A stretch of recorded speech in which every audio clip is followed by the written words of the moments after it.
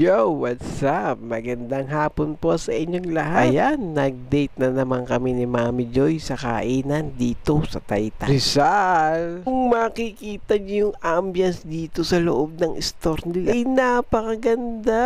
Nga pala ang labas ng store nila. Matatagpuan po ang store nila dito sa may Highway 2000 dito sa Taytay. Ayan na nga, naghihintay na nga kami ng order at meron na kaming number. Mami Joy, ba't ang layo ng tingin mo? Oh, yun na nga si daddy mo, no? At naiinip. Mukhang nagugutom na nga ito. Oh, tingnan mo ang mukha. At maya-maya pa, ayan na ang order namin. Sabay pa sina ate, oh, mag-serve. Wow, nakakagutom na talaga. Ang ganda pa ng presentation nila. Mukhang katakam-takam at napakasarap naman ito.